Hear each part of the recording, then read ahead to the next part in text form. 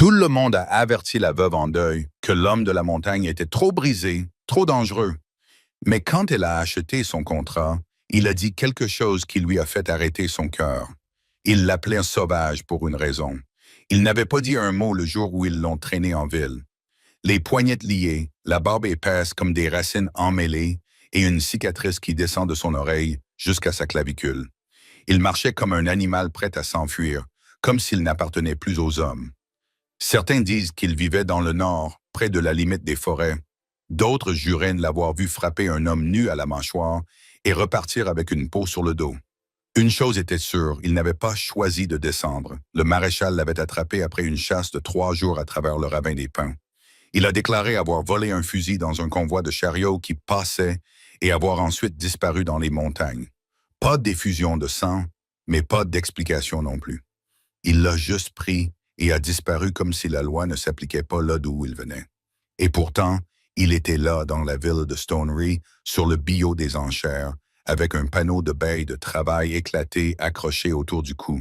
« Trop sauvage », murmura le forgeron à son apprenti. « Aucun homme ne va entraîner cette bête. Il cassera une bêche avant de creuser une tranchée. Pourquoi ne pas simplement l'enfermer ?» Quelqu'un d'autre murmura. « La prison est pleine. » Le juge a pensé que si quelqu'un prenait sa caution de travail, cela reviendrait moins cher que de le nourrir pendant l'hiver. Les habitants de la ville se rassemblèrent comme des corbeaux, attirés par l'étrangeté de tout cela. Un homme qui ressemblait plus à un grizzly qu'à un humain, debout pieds nus sous le soleil de midi, les yeux baissés comme s'il était à mi-chemin entre le sommeil et quelque chose de plus sombre. Au début, personne n'a remarqué la femme. Elle sortit de la foule comme si elle avait été taillée dans le silence lui-même. La robe noire de la veuve collait encore à sa silhouette mince, même si cela faisait presque 1 an que son mari avait été enterré sur la crête à côté de leur grange. Son nom était Clara Hallow, et si le chagrin avait un visage, il aurait pu ressembler au sien. Des yeux fatigués, des mains qui tremblaient seulement quand personne ne regardait, et une voix qui n'avait pas dépassé le niveau d'un murmure depuis l'accident. Elle marcha droit vers la plateforme, les yeux fixés non pas sur la foule, ni sur le shérif, ni sur la feuille d'enchère épinglée à côté de l'homme, mais sur l'homme lui-même. « Madame » cligna le commissaire-priseur, surpris. « Tu es sûre de vouloir ?»« Je le prends » dit-elle doucement mais fermement. « Quelle est la caution ?» Un silence s'abattit sur la rue. « $1 ? Seulement $1 !» Le juge pensait que personne. « Eh bien, vous pouvez l'avoir si vous voulez. » Elle fouilla dans sa sacoche et déposa une pièce d'argent dans sa paume. « Je m'appelle Jonah » dit le shérif d'un ton bourru, soulevant la corde du poteau et la lui tendant comme si elle pesait 100 livres. « Mieux vaut le garder près de vous. Ne le laissez pas s'égarer. Nous ne savons pas de quoi il est capable. » Clara ne dit pas un mot. Elle se retourna simplement et commença à descendre la route, l'homme de la montagne la suivant comme une ombre qui avait enfin trouvé sa forme. Il ne demanda pas où ils allaient, et elle ne le lui proposa pas. Ils continuèrent simplement d'avancer, ses bottes soulevant la poussière à chaque pas, ses pieds nus silencieux sur le chemin de terre qui menait hors de la ville, passant devant le puits asséché, le cimetière où le nom de son mari était encore frais gravé sur la pierre, et jusqu'à la grange à moitié vide depuis la tempête. Elle ne l'attacha pas à leur arrivée. Elle ne lui donna pas d'ordre non plus. Elle ouvrit simplement la porte de la grange et désigna d'un geste le coin où un vieux sac de couchage était rangé sous des bottes de foin. « Tu peux dormir là, » dit-elle. Pourtant, il ne dit rien, s'assit simplement sur le sac de couchage adossé au mur de la grange, les mains posées sur ses genoux, comme s'il attendait quelque chose qu'il ne savait pas nommer. Ce soir-là, elle prépara de la soupe et en laissa un bol près de la porte. Elle avait disparu au matin. Et ainsi commença cet étrange arrangement entre une femme essayant de se souvenir comment respirer et un homme qui semblait vivre sans aucun souffle. Clara ne se demanda pas d'où il venait. Elle ne demanda pas pourquoi il avait pris le fusil, ni ce qui l'avait poussé à descendre des montagnes. Tout ce qu'elle savait, c'est qu'il coupait du bois mieux que n'importe quel ouvrier agricole qu'elle avait jamais embauché, qu'il se déplaçait silencieusement dans le champ, le jarret d'une mule sur les épaules, et qu'il réparait le toit de la grange avec une patience qui ne correspondait pas à la sauvagerie qu'il portait en lui. Pourtant, il ne parla pas jusqu'à la nuit où la tempête arriva. Elle arriva rapide et violente. le vent hurlant comme une meute de loups, arrachant les bardeaux du toit de la cabane. Clara se précipita dehors pour attacher le fil à linge, ses jupes claquant, la pluie lui piquant déjà la peau. Un éclair claqua quelque part au-dessus de la crête. Et soudain, il fut là, lui saisissant le bras, la tirant sous l'auvent, avant qu'un autre éclair ne frappe le sol à 3 mètres de là où elle se tenait. Elle haleta, trempée jusqu'aux os. Elle sentit sa poitrine se serrer. Il était trop près, les yeux féroces, la mâchoire serrée. Et puis, il murmura. Pas un cri, pas même une phrase complète, juste quelques mots. Calme, presque respectueux. Impossible de te perdre aussi. Ses genoux fléchirent. Elle n'avait pas entendu ces mots depuis le jour où son mari était décédé, murmurés faiblement de ses lèvres alors qu'il gisait en sang après que le chariot l'eût écrasé sous les cieux. Personne d'autre ne le savait. Personne d'autre n'aurait pu le savoir.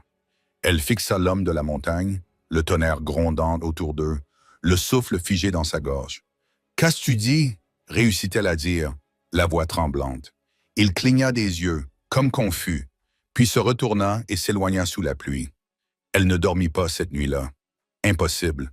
Assise près du feu, la couverture sur les épaules, le cœur battant comme des sabots sur le sol gelé. Le lendemain matin, il avait disparu. Et la mule aussi. Elle fouilla la grange, le champ, même le lit du ruisseau où son mari pêchait. Rien. Mais là, gravé dans la terre près de la grange, se trouvait une simple ligne tracée par un bâton.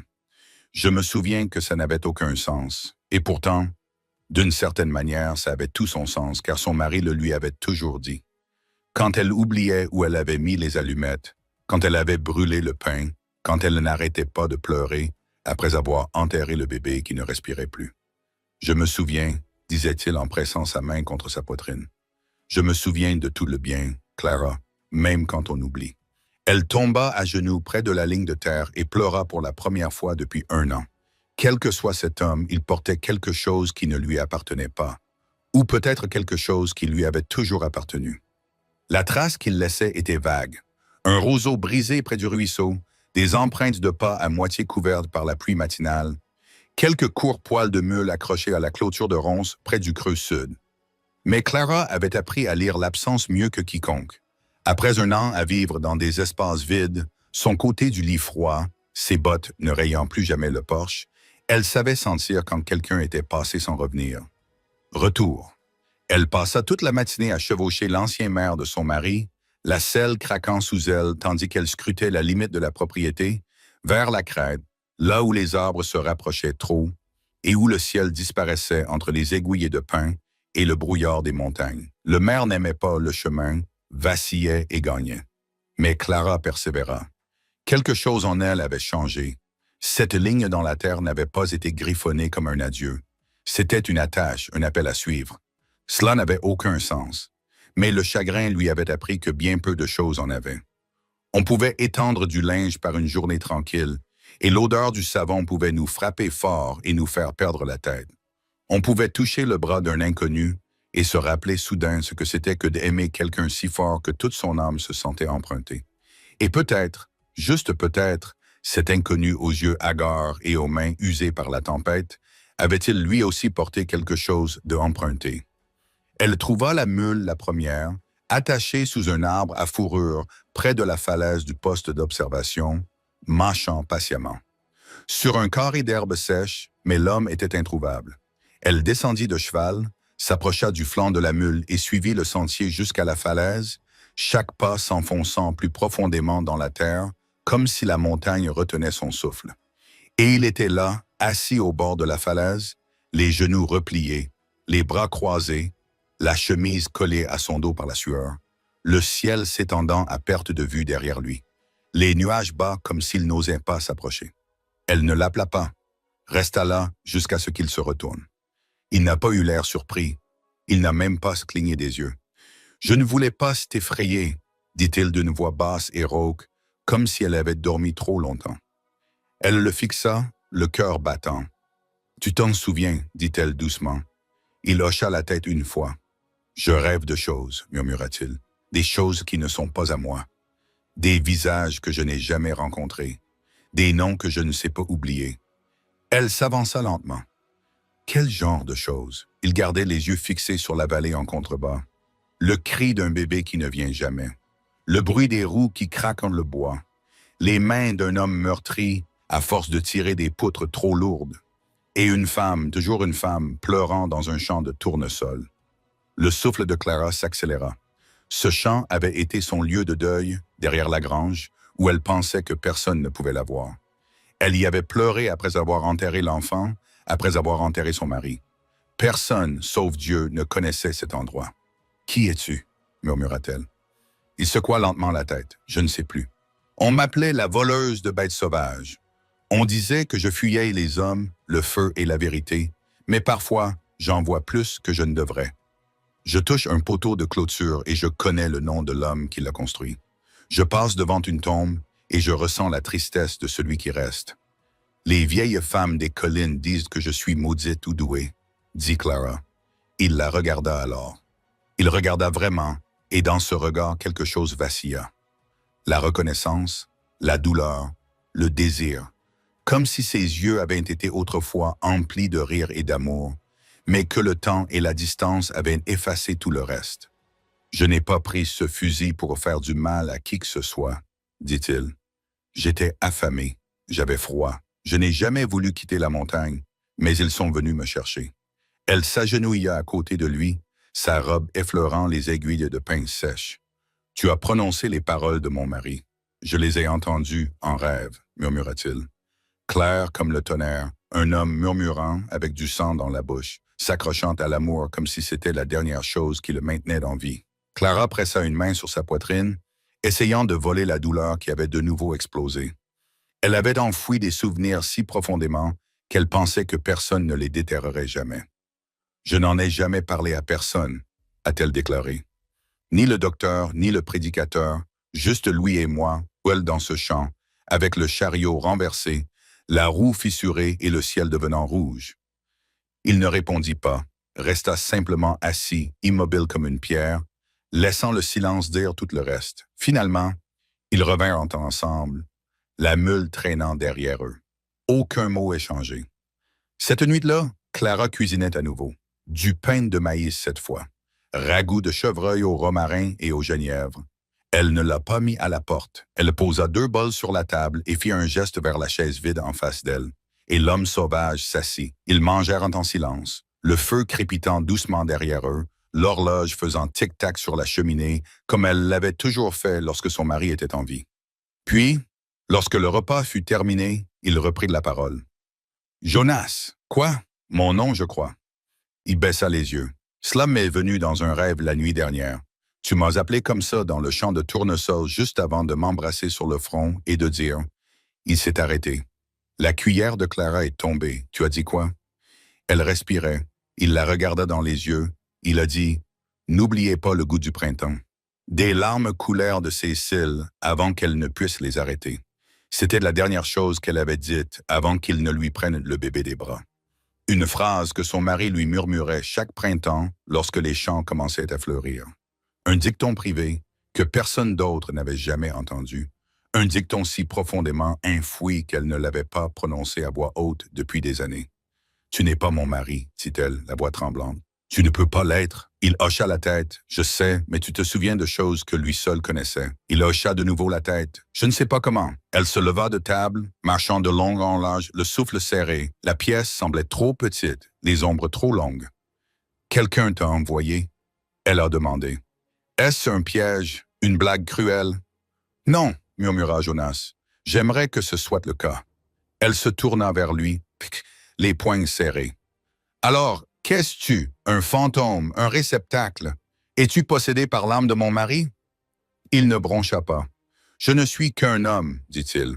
Mais ta douleur, tes souvenirs, ils font partie de moi d'une certaine manière. Je ne comprends pas, mais je les ressens comme des échos que je ne peux m'empêcher d'entendre. » Clara s'affala sur la chaise, tremblante. « Ce n'est pas juste, dit-elle. Ce n'est pas juste d'entendre ces mots dans la bouche d'un autre homme. Je sais, dit-il. Alors pourquoi les dis-tu? » Il la regarda, puis, avec une telle tristesse qu'elle faillit la briser en deux. « Parce que quelque chose en moi veut que tu te souviennes. » Ils restèrent assis là un long moment, l'air lourd du poids des non-dits. Dehors, le vent tourna. Des coyotes jappaient au loin. Finalement, Clara se leva et se dirigea vers la porte de la grange. Elle se retourna une fois. « Viens demain matin, dit-elle d'une voix rauque. Tu peux partir si tu veux. » « Je ne t'en empêcherai pas. » Il ne dit rien, se contentant de la regarder disparaître dans la maison. Mais à son réveil le lendemain matin, Jonas était toujours là, à fendre du bois dans le jardin, la sueur luisant sur son front comme un homme à sa place. Et cela la terrifiait plus que tout. Pendant des jours, Clara l'observa derrière les rideaux. Il travaillait avec une discipline tranquille qui lui rappelait tellement son mari qu'elle la mettait à vif. La façon dont Jonas maniait une hache,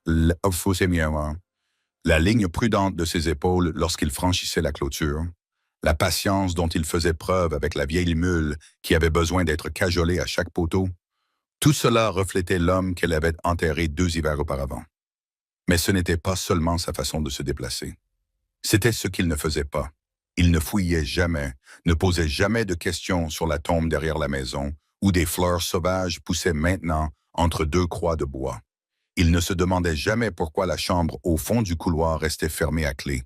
Il ne la touchait jamais sans sa permission, même si son regard s'attardait parfois plus longtemps qu'il ne le pensait, et il y avait toujours ce chagrin inexprimé qui brillait au plus profond d'elle, comme quelqu'un qui avait connu la perte trop intimement pour l'exprimer à voix haute. Elle gardait ses distances, non pas par crainte de lui, mais par crainte de ce qui pourrait arriver si elle se laissait aller à l'espoir. La ville n'avait pas oublié la vente. Les murmures flottaient encore dans la mercerie, derrière les bancs de l'église, près de la poste, où les filles bavardaient comme des carillons éoliens. Clara Atwood s'est acheté un homme, disait-elle, en haussant les sourcils et en baissant la voix. Sauvage comme un ours, disait-elle, dangereuse même. Certains jours, Clara avait envie d'ouvrir la fenêtre du salon et de crier « Il est plus doux que n'importe lequel de vos maris. » Mais elle ne l'a pas fait. Elle vaquait simplement à ses occupations. Couture, mise en conserve, réparation de poulaillers cassés, et laissait Jonah dormir dans le grenier au-dessus de la grange, où son mari gardait autrefois son matériel de sel. Elle l'a laissé travailler. Elle l'a laissé rester. Et de temps en temps, quand elle le surprenait en train de fredonner un des vieux airs de son mari sans s'en rendre compte, elle devait quitter la pièce avant que ses genoux ne lâchent. Un soir, elle se retrouva debout, au pied du jardin, à regarder les cages à tomates pliées, la laitue envahissante, les mauvaises herbes qui avaient pris le dessus comme une marée. Jonas s'approcha d'elle et s'essuya les mains sur un chiffon. « Vous prévoyez de sauvegarder cela ?» il a demandé doucement. Elle secoua la tête, les bras croisés. « J'ai abandonné. » « Pourquoi? » « Parce que le sol est devenu aigre après sa mort. J'ai essayé le premier ressort. Tout s'est fané comme si c'était aussi le deuil. » Il s'agenouilla et pressa sa paume contre la terre comme s'il écoutait. Après d'une longue pause, il leva les yeux. « Laisse-moi essayer. » Elle cligna des yeux. « Pourquoi? » Il n'a pas répondu au début. « Alors parce que quelque chose me dit que tu as besoin de voir les choses grandir à nouveau. » Alors elle le laissa faire. Et au cours de la semaine suivante, il a travaillé la terre comme s'il cherchait à en extraire une âme. Creusé en profondeur, retourné avec du compost, planté avec soin. Elle regardait depuis le porche, le cœur serré, se demandant comment un homme qui se souvenait à peine de son propre nom pouvait se souvenir du rythme avec lequel son mari labourait autrefois exactement ce même lit.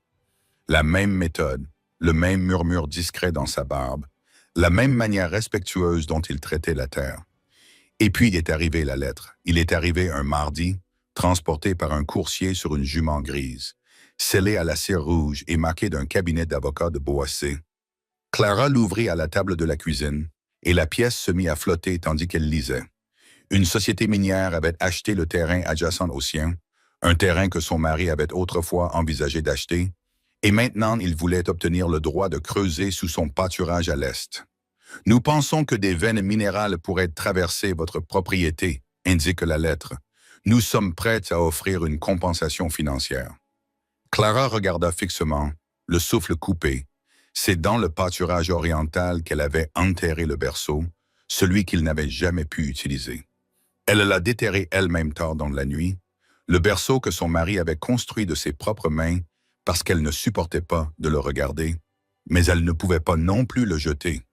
Cette terre n'était pas seulement de la terre, c'était un souvenir. Mémoire sacrée. Elle froissa la lettre et la jeta dans le poêle, les flammes la dévorant tout entière. Plus tard, Jonas la trouva assise dehors, les bras enroulés autour de ses genoux, les yeux rouges. « Il s'est passé quelque chose ?» demanda-t-il en s'accroupissant à proximité. Elle hocha lentement la tête. « Ils veulent creuser la terre, la partie qui compte. » Il n'a pas demandé quelle partie, il a juste attendu. « J'ai enterré quelque chose là-bas, » murmura-t-elle. « Un berceau en pin, ses mains ont sculpté chaque centimètre. Nous n'avons même jamais pu la placer dedans. » Jonas baissa les yeux. Le bébé. Elle hocha la tête, incapable de parler. Il s'est levé lentement, alors nous ne les laisserons pas le prendre. Elle leva les yeux. Comment? Je trouverai un moyen. On ne peut pas lutter contre une société minière. Je peux essayer. Et la façon dont il l'a dit, ce n'était pas de la bravade. C'était une conviction. Comme un homme qui n'avait plus rien à perdre, mais qui a quand même choisi de rester debout. Le lendemain matin, il partit tôt, prit la mule, une sacoche de viande séchée et les papiers d'acte que Clara lui avait donnés. Il n'a pas dit où il allait, il a juste touché le bord de son chapeau et a promis de revenir. Elle a attendu. Un jour passa, puis deux. Le troisième jour, elle a commencé à arpenter le porche, le cœur brisé. Au quatrième, elle a rejoint le maire et s'est lancée à sa poursuite. Elle le trouva à la sortie de la ville, près du bureau du géomètre, en train de parler avec un homme aux cheveux gais, portant des lunettes qui tenaient une loupe au-dessus des anciennes limites. Jonas se retourna quand il la vit, les yeux brillants. Ils n'ont jamais déposé de demande de droit minier en bonne et due forme, a-t-il déclaré, essoufflé. Ils ont supposé que la réclamation traversait votre terrain, mais l'arpentage est erroné de 30 mètres. Le berceau est sûr. Clara cligna des yeux. « Et toi, comment as-tu fait ?» « Je m'en suis souvenu, dit-il simplement. Une voix dans ma tête murmure à propos de marqueurs de pain enterrés près de la crête. J'ai creusé et je les ai trouvés. Elle a regardé fixement. Cette voix, murmura-t-elle, était-ce la mienne? Il hocha simplement la tête. Cela semblait plus vieux. Cette nuit-là, après que le soleil se soit couché et que l'air se soit réchauffé avec le parfum du chèvrefeuille, Clara se retrouva assise sur le porche à côté de lui. 2 tasses de curry à eux deux. Pas de mots, juste le grincement du rocker, le chant des grillons et le rythme régulier de 2 cœurs essayant de trouver leur chemin dans l'obscurité. Après un long silence, il parla. « Il y a autre chose. » Elle s'est retournée. « J'ai vu ton visage avant de te rencontrer, dit-il. Dans un rêve, tu étais agenouillé près d'une tombe, chuchotant au vent, et j'ai su au plus profond de moi que j'avais passé 1000 vies à te chercher. » Clara ferma les yeux, les larmes aux yeux. « Et je t'ai vu aussi, murmura-t-elle, ou quelqu'un comme toi. Je n'aurais jamais cru que tu viendrais. » Il tendit lentement la main, prudemment, et la prit. Elle était rugueuse, chaude et tremblante comme la sienne. Ni l'une ni l'autre ne se retira, pas cette nuit-là. Et lorsque les étoiles percèrent les nuages et se répandirent dans le ciel, elles restèrent ainsi, main dans la main, passé et présent se heurtant, dans un silence qui exprimait tout ce que les mots ne pouvaient dire. Il pleuvait le lendemain matin, lentement et régulièrement. Le genre de pluie qui trempait doucement la terre, comme si elle demandait la permission d'entrer. Clara se tenait à la fenêtre, un châle sur les épaules, une tasse à la main, et regardait les gouttes glisser sur les douleurs comme des traînées de larmes. Elle n'avait pas beaucoup dormi, non pas par peur, mais parce que quelque chose en elle avait changé, quelque chose qu'elle n'avait pas ressenti depuis des années. La force de Jonah l'avait rassurée, pas seulement par sa force ou sa promesse de protéger la terre. C'était plus profond que ça. C'était dans sa façon de l'écouter, de s'asseoir à ses côtés sans rien exiger, de lui toucher la main avec révérence, comme s'il savait. Ce qu'elle avait enterré dans le berceau sous ce pâturage. Lui aussi était silencieux ce matin-là. Assis sur le porche, il aiguisait la vieille hache sans un mot, la mâchoire serrée et le regard perdu dans ses pensées. Elle lui apporta un biscuit et de la confiture, et il hocha la tête en guise de remerciement, mais ne la regarda pas dans les yeux. Quelque chose se tramait derrière ses yeux, quelque chose qu'il n'avait pas dit à voix haute. Plus tard, lorsque les nuages se dissipèrent et que la lumière revint sur les collines, il sella la mule et dit « Je dois partir vers le nord quelques jours. Clara sentit l'air quitter ses poumons. Pourquoi? Quelque chose cloche. Cette ligne d'arpentage, elle est vieille, vraiment vieille, et j'entends sans cesse une voix me dire qu'il y a encore quelque chose à trouver. De qui est la voix? Demanda-t-elle à peine plus haut qu'un murmure. Il hésita. La tienne, mais pas. Cela n'avait aucun sens. Pas pour elle, du moins, mais elle ne l'arrêta pas. Elle le regarda s'éloigner, la mule traçant lentement et sûrement, disparaissant dans le sentier boisé qui menait au pied de la montagne. Les 3 jours suivants furent elle se retrouva à plier du linge inutile, à balayer un sol déjà propre, à vérifier le garde-manger 3 fois en heure, juste pour avoir l'impression de faire quelque chose. Le soir, elle s'asseyait près du feu et fixait la chaise qu'il utilisait toujours, vide maintenant, attendant comme elle. La 4e nuit, un coup retentit dans la cabane juste après le coucher du soleil. Elle se précipita vers la porte, mais ce n'était pas celle de Jonah. C'était un homme en manteau noir, une barbe comme de la laine d'acier et des yeux comme du charbon. 2 autres se tenaient derrière lui, bien armés, bien habillés. « Madame, dit-il en soulevant son chapeau, je m'appelle Bernard Creel. Je représente Holloway Mining and Claims. Nous comprenons que vous ayez refusé notre offre. » Elle se redressa. Je l'ai brûlé. Il ricana, mais son rire n'atteignit pas ses yeux. Nous admirons sincèrement la loyauté envers la terre, mais le minerai sous vos pâturages vaut plus que ce que vous gagnerez jamais en vendant des œufs et de la confiture. Je ne suis pas intéressé. Non, dit-il, tu ne l'es pas, mais peut-être que ton nouveau compagnon l'est. Elle se raidit. Tu vois, l'homme que tu as acheté, Jonas, il ne s'appelle pas Jonas. Il a un passé, un long passé. Évadé du camp de travail de Fort Shaw il y a 3 hivers.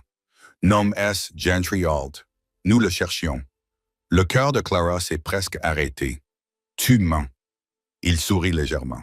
J'aimerais bien, mais c'est un homme recherché, dangereux, instable. Et si la nouvelle se répandait que vous l'hébergiez, pourquoi? Je ne suis pas sûr de ce que dirait la loi. Elle s'avança. Il n'a encore blessé personne, a déclaré Creel. Mais si vous cédez les droits miniers, nous pourrions oublier que nous l'avons vu ici. Ses mains se resserrèrent en poing. Sors de ma terre. Il a de nouveau soulevé son chapeau. Faites comme vous voulez, mais ne dites pas que nous n'avons pas fait preuve de gentillesse. Ils sont partis alors que le soleil se couchait derrière les collines, laissant derrière eux poussière et terreur. Clara resta assise sur le porche pendant des heures, regardant le sentier, priant pour qu'il revienne.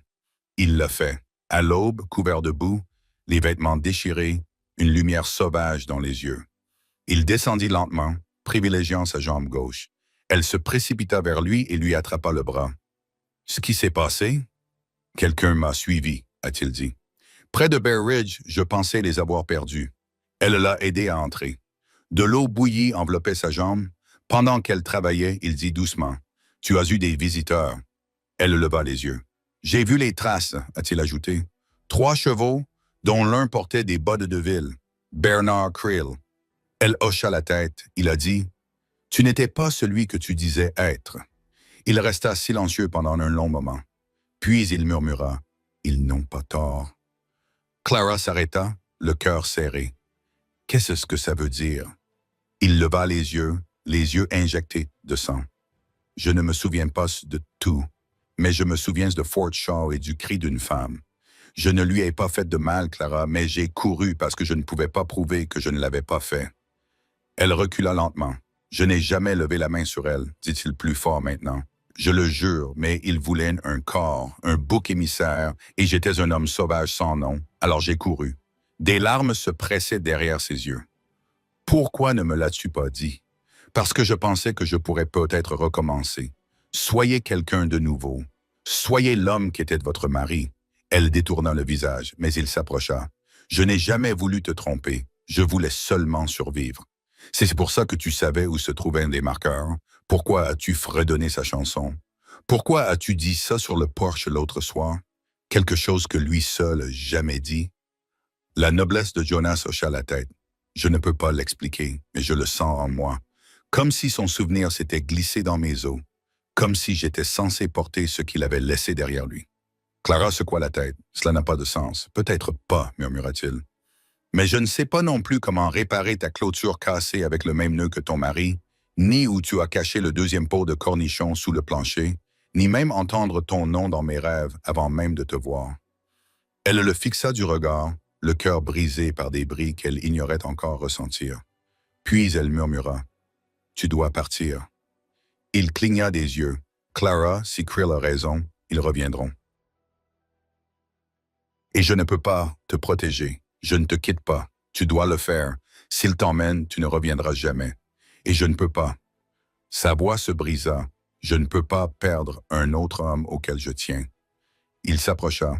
Il prit doucement son visage entre ses mains. « Alors laisse-moi me battre pour toi. » Ses mains trouvèrent ses poignets. « Comment on creuse non pas pour le minerai, mais pour la vérité. Je crois avoir trouvé quelque chose dans le Nord, un registre, des noms, des dates.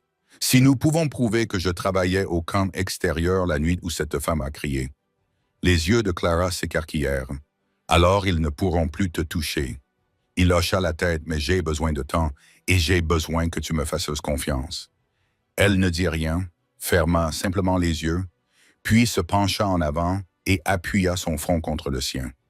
Et pendant un long moment, il n'y eut plus de passé, plus de compagnie minière, plus de fantômes, seulement le silence de deux âmes qui s'étaient trouvées dans le désert du chagrin. Cette nuit-là, elle dormit dans le fauteuil à bascule près du feu, tenant une page usée du registre qu'il avait recopié, son écriture ferme et sûre, une seule entrée entourée 2 fois. Site Gentry Hall 3 connecté à 15 heures, déconnecté le 4 heures. L'attaque eut lieu le 3h15, à 1,5 km de son lieu d'affectation. C'était un début, et pour la première fois depuis des années, Clara Atwood s'autorisa à espérer. Mais elle ignorait, elle ne pouvait pas savoir, que Bernard Krill était déjà revenu en ville, qu'il avait télégraphié au shérif qu'à la prochaine tempête, des hommes arriveraient à cheval vers elle. La ferme avec des mandats, des armes et des intentions que même Dieu lui-même n'approuverait pas. Le matin arriva calme et silencieux, comme si la terre savait que quelque chose allait se fissurer. Clara se réveilla avec le froid de l'aube rampant à travers le plancher, mais ce n'était pas le froid qui la secouait, c'était le poids de ce qui l'attendait. Elle était assise dans le fauteuil à bascule, serrant le grand livre de Jonas dans ses mains. Le feu réduit à des braises incandescentes derrière elle. La cabane autour d'elle était silencieuse, mais ses pensées déferlaient plus fort qu'une rivière en dégel. Jonas ou Gentry n'avait pas bougé du lit près de l'âtre.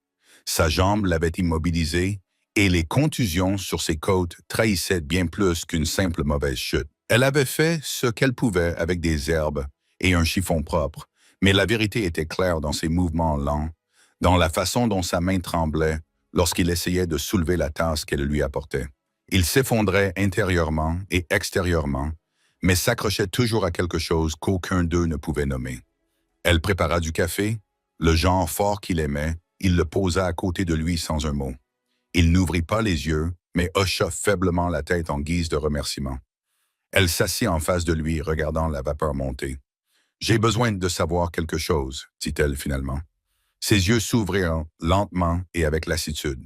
« Quand tu as prononcé ces mots sur le porche, ceux que mon mari avait l'habitude de dire, comment te sont-ils venus? » Il détourna le visage. « Je ne sais pas. » « Essayez. » Il laissa échapper un soupir. « Il y a un bruit, je ne peux pas le décrire, comme le vent à travers les arbres, mais plus profond. Parfois, quand je dors, cela se transforme en mots. Et la première fois que je t'ai vu, j'ai entendu cette voix le dire clairement comme le jour. Elle ne parle pas fort, mais le monde se tait quand elle parle. Sa poitrine se serra. Cette phrase exacte, pas seulement les mots, mais la cadence. Son mari l'avait murmuré la première fois qu'elle avait pleuré devant lui. Jones n'avait aucun moyen de le savoir. Personne ne l'a fait. Cela me fait peur, a-t-il ajouté, parce que je ne sais pas si c'est moi qui me souviens ou si quelqu'un d'autre se souvient à travers moi. Elle tendit la main vers lui. Peut-être que cela n'a pas d'importance. Peut-être que ce qui est réel, c'est la façon dont tu me traites maintenant, pas qui tu étais. Il la regarda, quelque chose de non dit vacillant derrière ses yeux. Mais le moment fut brisé par un coup frappé à la porte. 3 enveloppements durs suivis d'un silence. Jonah est tendu. Sa main se rapproche du fusil caché sous le pied de la table. Clara se leva et traversa la pièce, se plaçant entre lui et la porte. Elle l'ouvrit juste assez pour voir et faillit tomber par terre. Le shérif Tom Dillard se tenait là, tenant une arme à la main, son adjoint à ses côtés. Derrière eux, 4 chevaux, 2 cavaliers inconnus et Bernard Creel, arborant la même expression suffisante qu'auparavant. Clara, le shérif, dit en soupirant, « Nous avons quelques questions auxquelles il faut répondre. » « Quel genre de questions ?» demanda-t-elle d'une voix ferme, à propos de l'homme à l'intérieur. « Gentry Holt. » Elle monta sur le porche et tira la porte derrière elle. Son nom est Jonas. Creel laissa échapper un rire aigu. « Non, madame, ce n'est pas le cas, et votre bon shérif a un mandat pour le prouver. » Dillard bougea, mal à l'aise. « Je ne suis pas venu pour faire du grabuge, Clara, mais s'il est bien celui qu'on dit, je dois l'accueillir. » Sur quelle base? Le mot d'une compagnie minière, sur la baie d'un mandat émis par Fort Shaw il y a 6 mois. Ses mains tremblaient, mais elle les stabilisa contre la balustrade. « Et que lui arrive-t-il si tu le fais? »« Il est jugé, » a déclaré Dillard. « Cette fois, c'est bien. » Clara s'approcha. « Ils ont déjà essayé de le tuer une fois. Pensez-vous qu'ils vont arrêter maintenant? » Creel s'avança. « Nous sommes prêts à être miséricordieux. Si elle le livre, nous ne porterons pas d'accusation d'intrusion pendant le temps où il se trouve sur notre concession. »« Tu mens, » dit Clara. « Nous le prendrons quoi qu'il arrive, » rétorqua Creel. « Mais si vous intervenez, vous serez arrêté pour avoir hébergé un fugitif. » Dillard leva la main. « Ne nous laissons pas abattre. » Trop tard. La porte de la cabine grinça derrière elle. Jonas se tenait là, un fusil à la main, du sang suintant à travers le bandage de sa jambe. Elle n'héberge personne. Je suis juste là. Creel sourit. Eh bien, c'était facile. Non, ce n'est pas le cas. Jonas a dit, parce que je ne vais nulle part sans une audience, une vraie avec des preuves. Il n'y a pas d'audience, a déclaré Creel. Il n'y a qu'un wagon de transport et une cellule vide. Alors tu devras me prendre mort. Le fusil est nivelé. Dillard s'interposa entre eux, la main sur son étui. C'est facile maintenant. Personne n'a besoin de saigner aujourd'hui. Le regard de Jonas ne vacilla pas. Alors dis-leur de partir. Je ne peux pas, dit le shérif. Clara descendit du porche et se tourna pour leur faire face à tous. J'ai des preuves, dit-elle. Un registre montre où il se trouvait la nuit de l'incident. Creel se moqua, inventé comme tout le reste. Les yeux de Dillard se rétrécirent. Laisse-moi voir. Elle entra, revint avec la page du copide, la lui tendit avec des doigts tremblants. Il la lut, puis relut. Si cela est exact, il n'était pas à moins d'1 mile de l'attaque. Creel s'avança. Cela ne prouve rien. Il n'y a pas de signature, pas de sceau. Non, dit Clara, mais je sais où se trouve l'original et je suis prête à témoigner sous serment. Dillard hésita puis se tourna vers son adjoint. Informez Fort Shaw. Renseignez-vous sur les journaux du site 3D et retardez l'arrestation jusqu'à ce que nous obtenions une réponse. Le visage de Creel devint rouge. C'est une perte de temps. Non, c'est la justice. Clara a déclaré que le shérif avait empoché la copie du grand livre. Il ne quitte pas le comté, mais il reste ici sous surveillance. Je viendrai vous voir tous les jours. Creel cracha dans la terre. Tu es un imbécile, Dillard. Il vaut mieux que tu sois plutôt intelligent. Ils partirent un peu de temps après, la poussière s'élevant derrière eux comme un avertissement. Lorsque le dernier cavalier disparut au-delà de la crête, Clara s'affala contre le poteau du porche. Jonas l'a attrapé juste avant que ses genoux ne lâchent. « Je pensais que tu allais me laisser partir, » dit-il doucement. « J'ai failli le faire. » Il l'aida à monter sur le fauteuil à bascule et s'agenouilla à côté d'elle.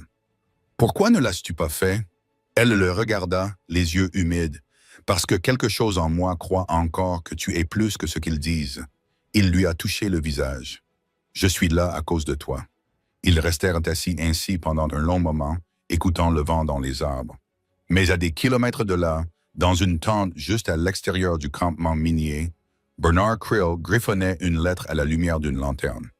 Ce n'était pas pour Fort Shaw. C'était à quelqu'un de bien plus dangereux.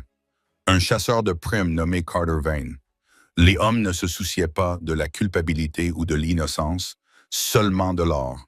Et Clara n'avait aucune idée du passé qu'elle avait défié, qui galopait déjà vers sa porte, avec la vengeance en selle et aucun intérêt pour la vérité.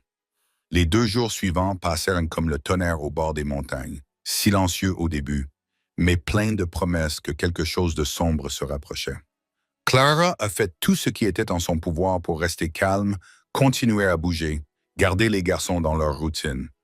Le shérif arrivait à cheval chaque matin comme sur des roulettes, restant assez longtemps pour inspecter la cabane, faire un signe de tête à Jonas et accepter une tasse de café de Clara avant de soulever son chapeau et de redescendre le chemin sinueux vers la ville.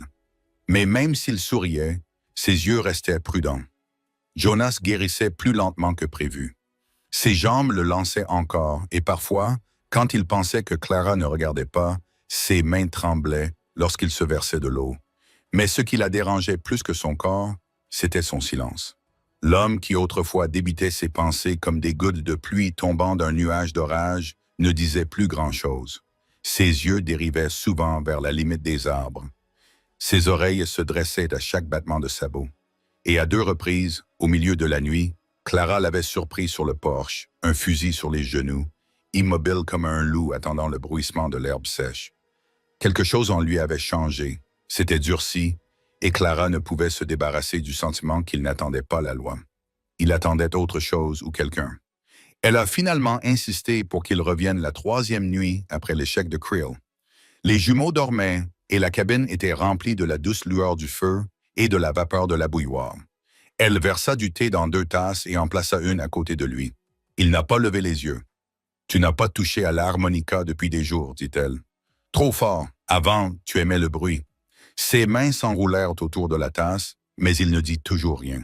« Jonas, s'assit-elle en face de lui, le regard s'adoucissant.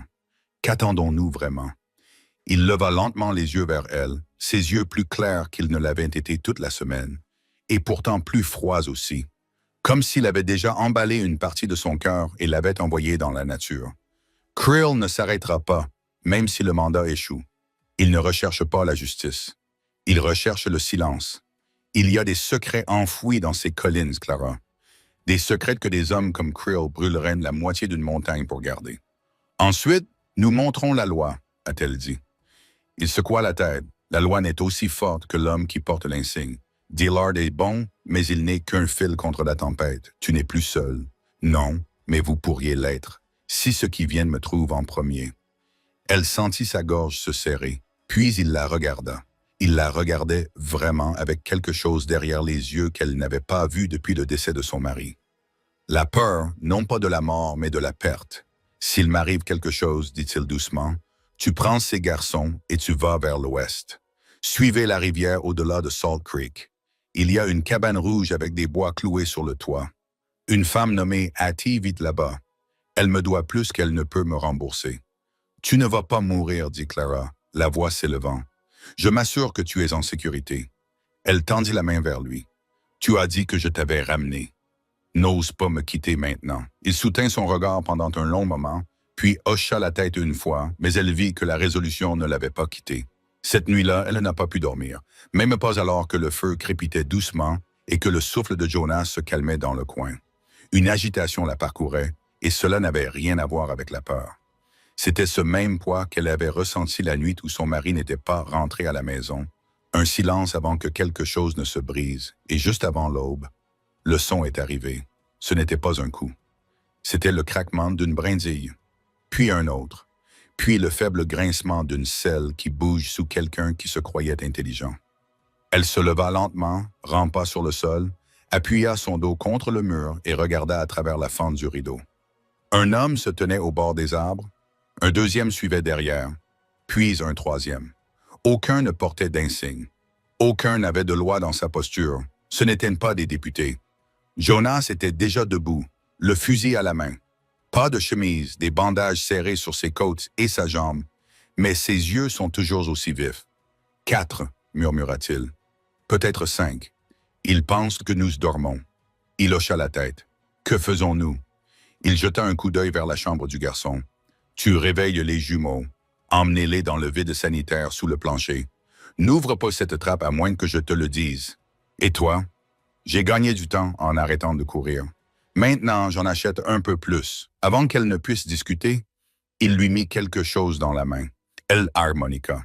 Je l'ai encore entendu hier soir. Il a dit doucement. Cette voix a prononcé un nom. Quel nom? Il n'a pas répondu. Elle voulait l'arrêter.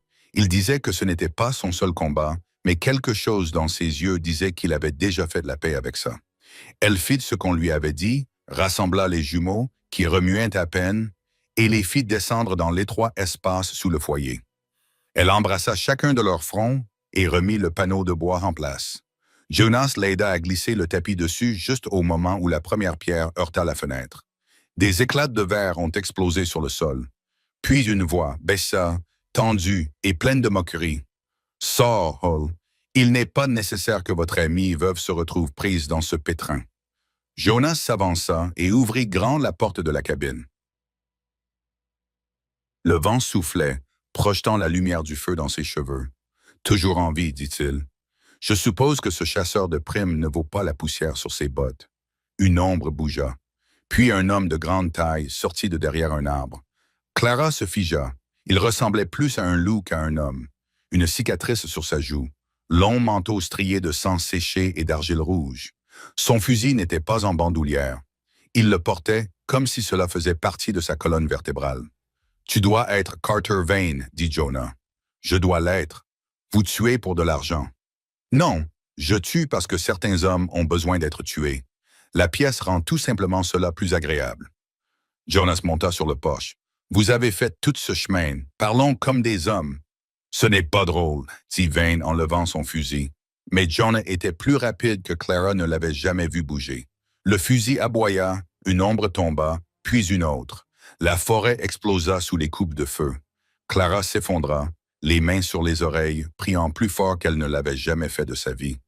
Elle entendit Jonah crier, lui ordonnant de rester à terre pour protéger les garçons. Puis la porte de derrière s'ouvrit brusquement. Pas vain. Creel, il avait fait le tour de la pièce. Il lui attrapa le bras, la souleva brusquement. « Tu crois que ça s'arrête avec lui? » Il grogna. « Tu crois pouvoir réécrire la vérité? » Elle lui donna un coup de pied, lui mordit la main, mais il était trop fort, il la tira vers la porte.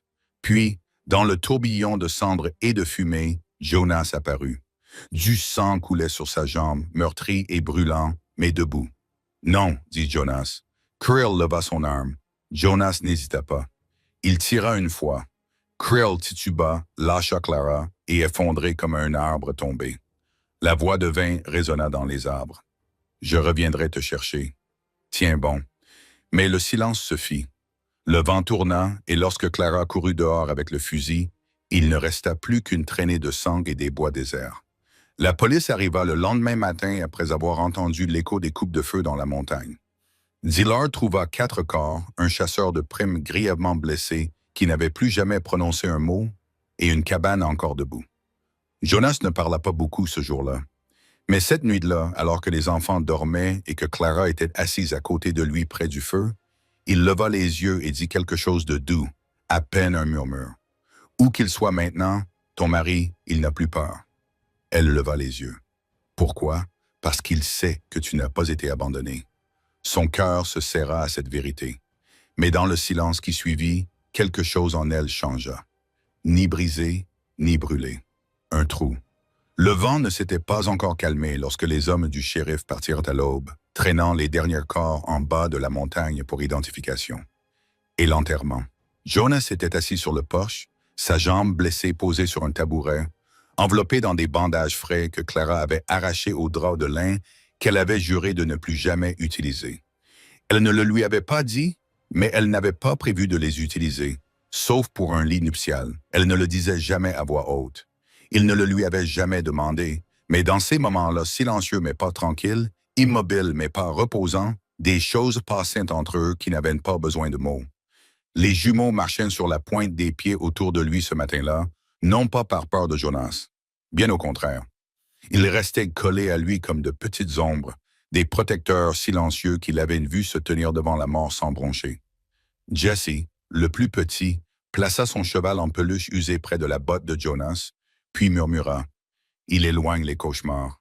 Jonas prit le jouet et le retourna dans sa main, le cuir rigide, craquelé et inégal. « Les hommes des montagnes aussi, dit-il. » Plus tard dans l'après-midi, Clara le trouva debout près de la clôture, le regard perdu dans les arbres, là où Vane avait disparu. Sa main reposait sur le poteau, tapant du pouce en rythme comme pour tenter d'extraire un sens du vent. « Il est toujours là, dit-il sans se retourner. Il sera parti depuis longtemps. Non, il ne laisse pas le travail à moitié fait. Il attend de voir si je boite ou si je tiens le coup. » Elle s'approcha de lui et posa une main sur son bras. « Alors, montrons-lui comment on se tient. » Mais alors même qu'elle prononçait ces mots, un sentiment la serra dans les entrailles. Une lourdeur, comme si le sol sous eux n'avait pas fini de bouger. Cette nuit-là, le ciel s'ouvrit dans un orage si violent qu'il faillit arracher le toit. Les garçons gémirent dans leur lit et Clara resta allongée, éveillée, regardant les éclairs dessiner la silhouette de Jonah qui marchait de long en large près du fusil de cheminée en bandoulière. L'orage était peut-être naturel, mais il y avait quelque chose en lui comme un présage, un avertissement. À l'aube, les nuages se dissipèrent, mais rien ne semblait propre. 2 jours de plus passèrent. Aucun signe de vin, aucune trace dans le bout, pas une branche dérangée le long du sentier. Et pourtant, Jonas ne baissa pas la garde. Il insista pour aller couper du bois, malgré sa jambe qui lui disait qu'il fallait se préparer pour les premières vraies gelées. Clara essaya de protester. Elle perdit. Il prit la hache et boita dans les bois, non sans l'avoir embrassée sur le sommet de la tête. Ce seul baiser en dit plus que des heures de parole. Ne le voyant pas revenir à la tombée de la nuit, le cœur de Clara se mit à battre la chamade. Au matin, il galopait. Elle emmitoufla les jumeaux dans des couvertures, sella la mule et partit dans la direction qu'il avait prise. Les traces étaient faibles, à moitié effacées par la pluie de la nuit précédente, mais elle les suivit. Les arbres commencèrent à s'éclaircir. Elle l'appela. Pas de réponse. Plus elle s'enfonçait, plus le silence s'installait, comme si la forêt avait ravalé son souffle. Puis elle trouva la hache enfouie dans le tronc d'un arbre, sa lame recouverte d'un rouge cramoisi.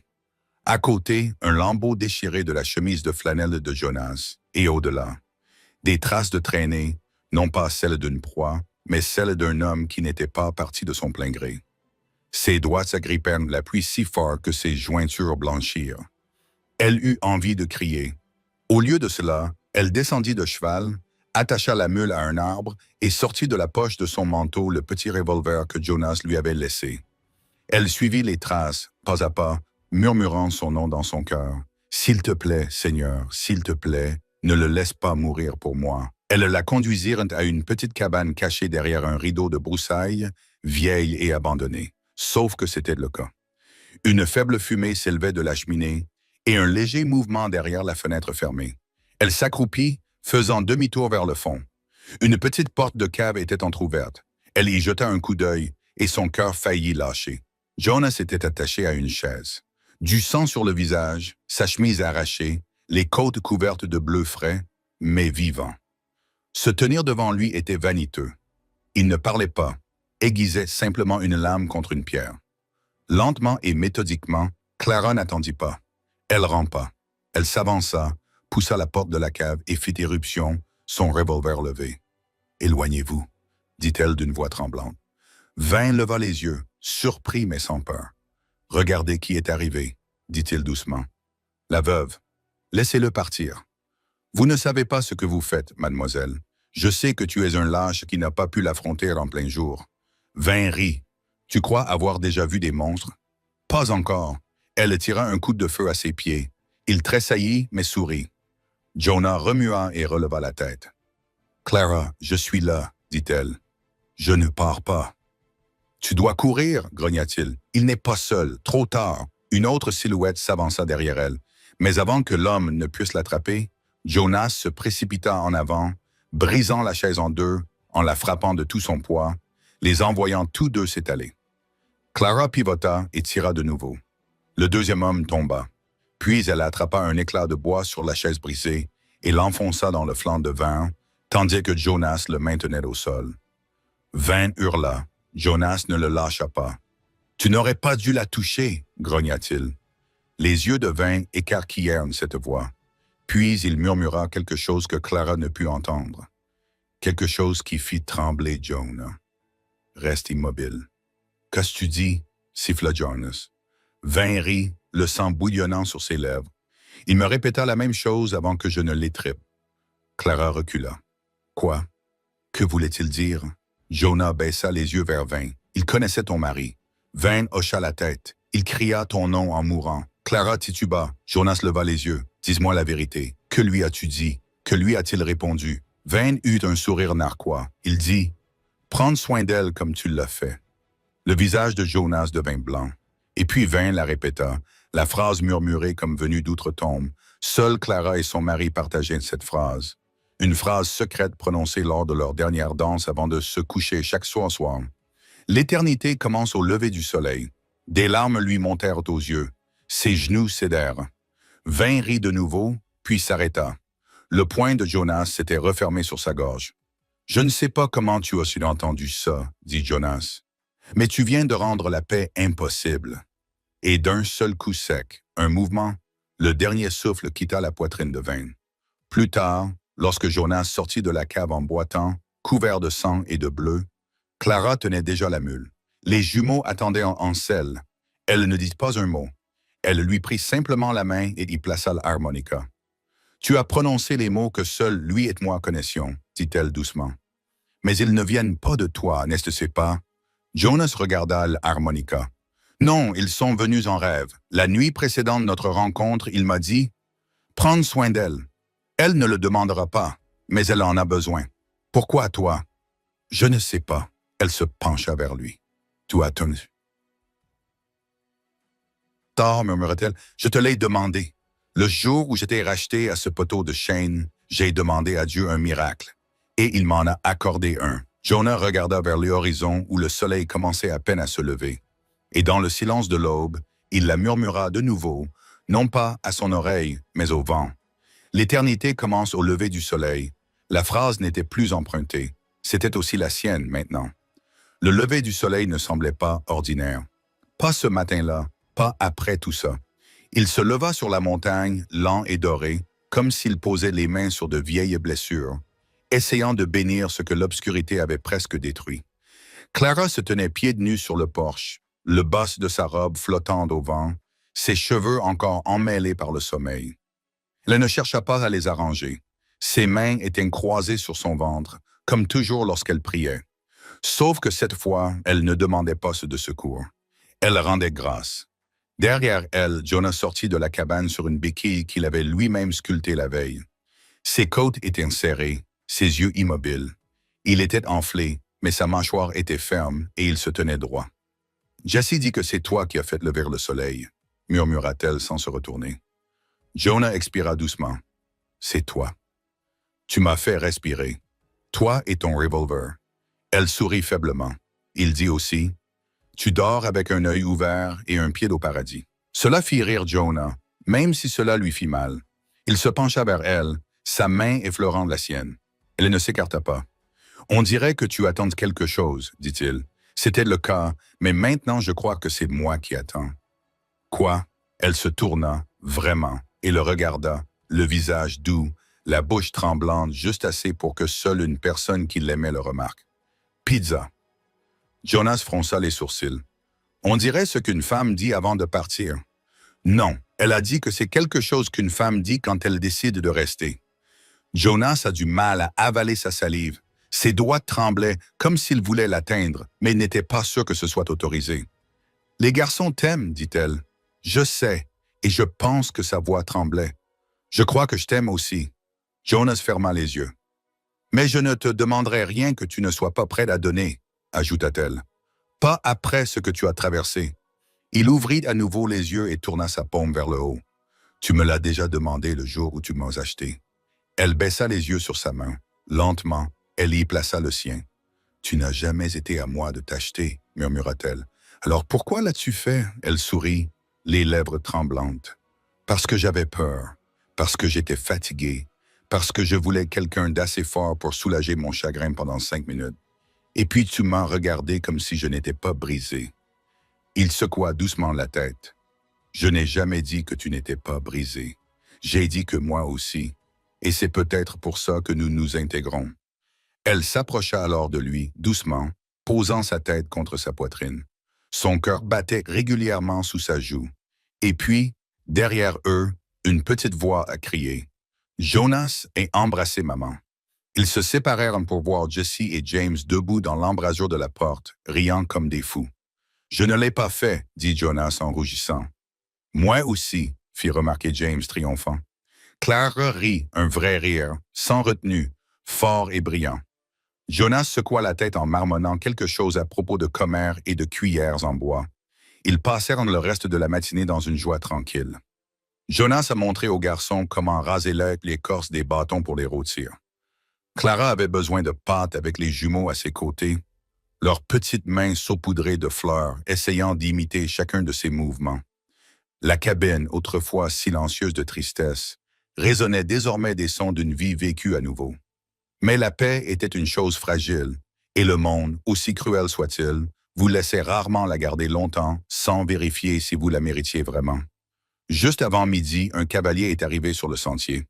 Clara a repéré la poussière en premier. Jonas se leva du billot, une béquille dans une main, une hache dans l'autre. Le cavalier est arrivé vite mais sans imprudence. C'était le shérif. Il descendit de cheval, ses yeux passant de Jonas à Clara. « Je viens apporter des nouvelles, » dit-il d'un ton sombre. Clara s'avança, pour le meilleur ou pour le pire. Il ôta son chapeau et passa une main dans ses cheveux argentés. « Cela dépend de la façon dont on le regarde. »« Ce qui s'est passé, » Jonas a demandé. Le shérif soupira. « Nous avons trouvé le journal de Vane. » Jonas s'immobilisa. Le souffle de Clara se coupa. Il s'avère que l'homme a gardé une trace de tous ceux qu'il a blessés. Le shérif a continué. Et il ne faisait pas seulement du mal aux gens pour le sport. Ah, il était payé. Par qui? Jonas a demandé. Le nom au bas de presque chaque page était McKinnon. Clara a failli laisser tomber le bol dans ses mains. Non. Jonas s'avança. Vous êtes sûr? L'écriture manuscrite correspond au numéro de registre des signatures. C'était lui. Jonas serra la mâchoire. Il est censé être mort. Il l'était, pensions-nous. Mais quelqu'un se fait passer pour son neveu et dirige le ranch dans le nord. Il s'avère que c'est McKinnon. Balafré, émacié, se faisant désormais appeler Arlon, il a changé de nom après que les fédéraux soient venus le chercher. Les jambes de Clara tremblaient. Elle s'agrippa au bord de la table pour se stabiliser. « Et maintenant? » Jonas a demandé. Le shérif les regarda tour à tour. « Maintenant, je pense qu'il vient te chercher. » La mâchoire de Jonas se contracta. « Laisse-le faire. »« Non, » intervint Clara. « On n'attend pas qu'il fasse encore plus de mal. » Jonas la regarda surpris. Elle croisa son regard, les yeux flamboyants. « Nous avons terminé cela pour mon mari, pour tous ceux que Vane et McKinnon utilisaient comme outils. » Jonas hésita une seconde, puis hocha la tête. Le shérif a lancé à Jonas un morceau de papier plié indiquant l'endroit où nous pensons qu'il s'est caché. Nous pouvons y aller ensemble. Jonas attrapa le papier, les yeux plissés. « Non, je vais y aller en premier. » Clara leva la main. « Pas sans moi. » Le shérif secoua la tête. « Tu as des enfants, et j'ai de la rage. » Elle a dit « Cela vaut quelque chose. » Jonas n'a pas discuté. Il savait qu'il valait mieux ne pas essayer. Ils sont partis à cheval cet après-midi-là. Clara, Jonas et le shérif, laissant les garçons avec une gentille veuve dans la vallée qui avait autrefois perdu le sien et n'avait jamais cessé d'espérer une autre chance d'être mère. Les jumeaux ont pleuré, mais Clara a promis. Cette fois, nous revenons. Elle le pensait vraiment. Le sentier était froid au moment où ils atteignirent les contreforts, mais la carte était bonne. À la tombée de la nuit, ils ont aperçu de la fumée s'échapper de l'entrée d'une grotte près d'un ancien puits de mine. Jonas est entré en premier. À l'intérieur, McKinnon attendait déjà. Il n'avait pas bien vieilli. Sa barbe était clairsemée, ses dents jaunes, son visage hanté, mais ses yeux étaient perçants. « Tu m'as tout pris, » dit froidement Jonas. « Non, » répondit McKinnon. « Vous l'avez donné. Vous avez engagé des hommes pour tuer des enfants, pour brûler des maisons. » McKinnon rit. « Ce n'étaient que des noms sur une page. Je ne voulais qu'un seul, c'était le tien. Mais tu te cachais comme un lâche. » Jonas s'avança. « Tu as raison. Je me suis caché. J'avais honte, mais plus maintenant. » Et puis Clara est entrée. McKinnon s'est figé. Son sourire narquois s'est estompé. « Toi. » Elle ne l'a pas laissé finir. Elle a brandi le vieux revolver de son mari. Tu lui as murmuré quelque chose quand il est mort. Tu te souviens? McKinnon a ricané. Tu lui as dit, « J'espère qu'elle va se briser. » Les yeux de Clara ont flambé. Eh bien, pas moi. Elle a appuyé sur la détente. Une balle en pleine poitrine. Jonas l'a rattrapée avant qu'elle ne tombe. L'adrénaline avait masqué la douleur dans ses côtes. Elle avait été plus meurtrie qu'elle ne le laissait paraître après ce dernier de combat. Mais elle est restée debout, a tenu fermement son arme, a regardé McKinnon s'effondrer au sol, haletant, cherchant un souffle qui ne venait jamais. C'était fini. Vraiment, cette fois, ils l'ont enterré dans la mine où il s'était caché. Que la poussière le retienne. Et quand ils sont rentrés à la maison, les garçons ont couru vers eux en hurlant de joie. La veuve, elle applaudit, pleura et dit n'avoir jamais vu une femme rouler aussi droit, dos au danger. Clara sourit et prit la main de Jonas. Plus tard dans la nuit, près du feu, Jesse rampa sur les genoux de Jonas. « Tu es notre papa maintenant ?» demanda-t-il d'une voix ensommeillée. Jonas regarda Clara. Elle hocha la tête une fois.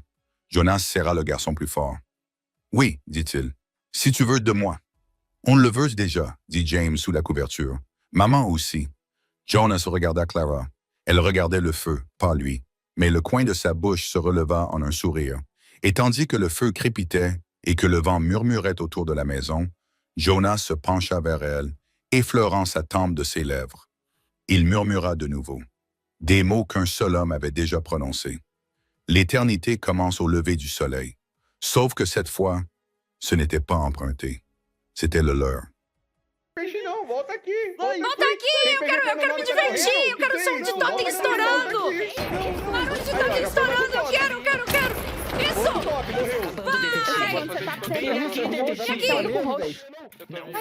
Vai! Quero participar!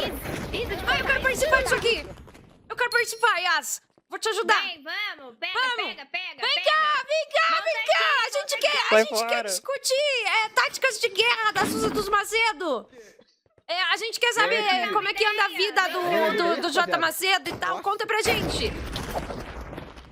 Conta pra gente como vai a vida. Vai bem. Aí! Não, vai ficar aí. O Sots tá indo. Sots, volta aqui. A gente precisa de você ainda. Volta! Aqui. Não. Ai, eu quero participar dessa perseguição. Eu quero participar. Vamos participar. E aí? Vai! Canto, vamos! Quantos todos tem? Estoura mais! Não é infinito! Quanto é que vai? Não é infinito! Até onde vai isso? Não é infinito! Anda! Pega no nó! Isso! Foi. Yes! Mata o maluco sentado! Mate o sentado! Sai daqui. Você vai deitar, Matt. Você vai deitar. Não Morte tá aqui. sentado, não. Vai! Vai pro canto, Chuta na parede! Vai ficar grudado agora. Chuta ele na parede! Caralho, irmão, chegou atrasado! Suza Carmesim! Ótimo trabalho, Carmesins. Lutar ao lado de vocês é como já ter vencido desde o início. Nosso próximo passo é pegar Jota agora.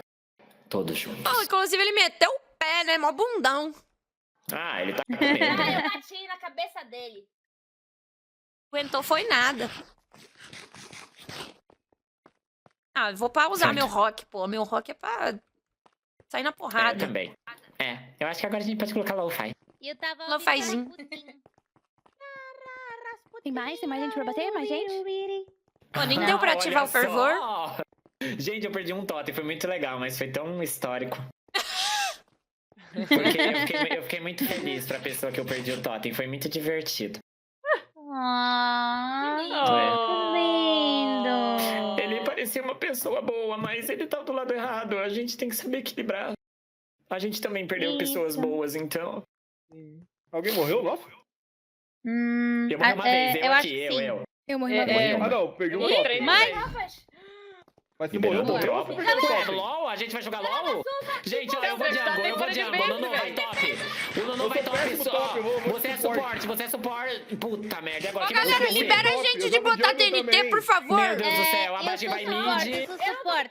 Nossa, então vai suporte. quatro suporte. Vai quatro suporte pra uma DC.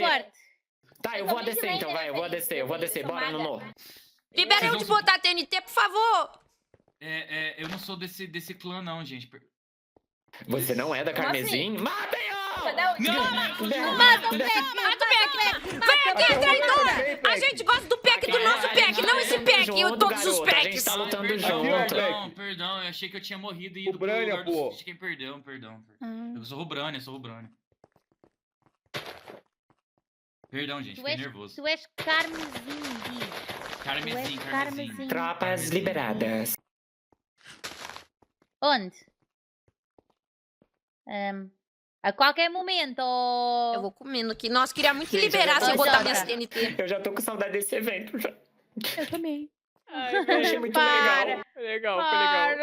Ah, velho. Eu achei muito legal. Para, Interagir com o público. A gente tá acabando com o farm da galera de meses aí. Nossa, velho. Tadinhos. Né? Eles estão sentindo o Araldo.